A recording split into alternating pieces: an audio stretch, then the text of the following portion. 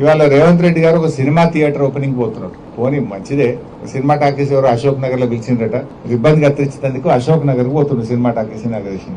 రేవంత్ రెడ్డి మరి పోతున్నావు అశోక్ నగర్, కానీ మరి ఎలక్షన్ల ముందు అదే అశోక్ నగర్ లో సెంట్రల్ లైబ్రరీకి పోయినావు, యాదుకుందా? నువ్వు రాహుల్ గాంధీ కలిసి అశోక్ నగర్ లో ఆ సినిమా టాకీస్ పక్కకే సెంట్రల్ లైబ్రరీ ఉంటది. అక్కడ మెట్ల మీద కూర్చొని బిడ్డ మాకు గవర్నమెంట్ వచ్చేటట్టు చేయి, మా గవర్నమెంట్ వస్తే కాంగ్రెస్ ప్రభుత్వం రాగానే 2 లక్షల ఉద్యోగాలు ఒకటే ఏడాది ఇస్తా అని మాట ఇచ్చేచ్చు. నువ్వు మరొక్కసారి పోయిరారా అందాక సినిమా టాకీస్ రిబ్బన్ కత్తిరించినాక ఒక్కసారి అశోక్ నగర్ సెంట్రల్ లైబ్రరీకి పోయిరారాదు? పోయి ఏం చేసినావో, వాళ్ళకి ఇచ్చిన మాట ఏందో ఒక్కసారి మాట్లాడు. నిన్న దిల్సుఖ్ నగర్ లో పిల్లలంతా రోడ్ల మీదకి వచ్చి ధర్నా చేసింది. ఎన్నికల ముందు కాంగ్రెస్ వాళ్ళేమో 2 లక్షల ఉద్యోగాలు ఏడాది ఇస్తాం, గవర్నమెంట్ ఉద్యోగాలు ఇస్తామన్నారు. నిన్న అసెంబ్లీలో మంత్రి శ్రీధర్ బాబు గారు చెప్తున్నారు, గవర్నమెంట్ ఉద్యోగాలు ఏడుంటాయి బై, ప్రైవేట్ లో నౌకరు చేసుకోపోయి అందరికి గవర్నమెంట్ ఉద్యోగాలు ఇచ్చి సాధ్యమవుతుందా? ఇది కాదు అని చేతులు ఎత్తేసాడు.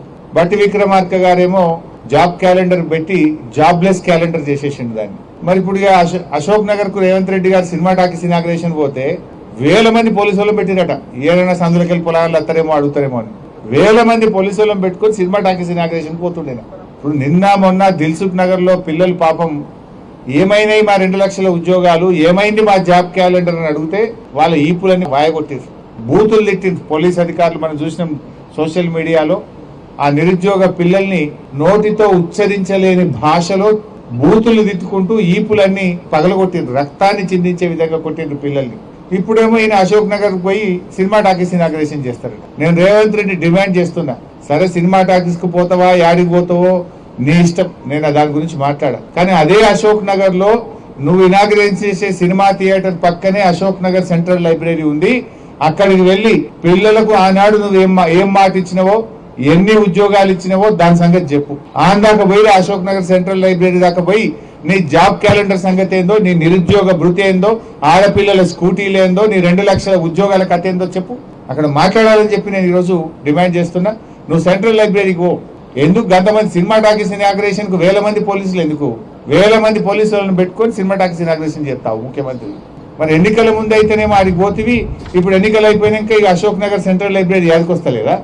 అదే సరూర్ నగర్ స్టేడియంలో ప్రియాంక గాంధీ గారిని తీసుకొచ్చి ఆనాడు యూత్ పాలసీ అని డిక్లేర్ చేసినావు కదా. పిల్లలకు ఎగ్జామ్లకు ఫీజే ఉండదు అన్నాడు, ఇప్పుడేమో ముక్కు వెండి ఫీజు వసూలు చేస్తుండు.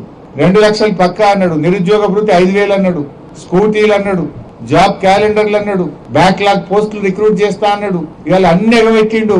పోలీసు వాళ్ళని పెట్టుకొని ఇక ముంగట 4 వెనక 4 బండ్లు పెట్టుకొని సాటుకు తిరుగుతున్నాడు. ముఖ్యమంత్రికి ధైర్యం ఉంటే, చిత్తశుద్ధి ఉంటే, నిజంగా నిరుద్యోగ యువతకు న్యాయం చేసిన నమ్మకం ఉంటే నువ్వు Ashok Nagar central library visit చేయి. లేదంటే తోక ముడుచుకొని పారిపోతే నువ్వు నిరుద్యోగ యువతను మోసం చేసినట్టుగా భావించాల్సి ఉంటుంది.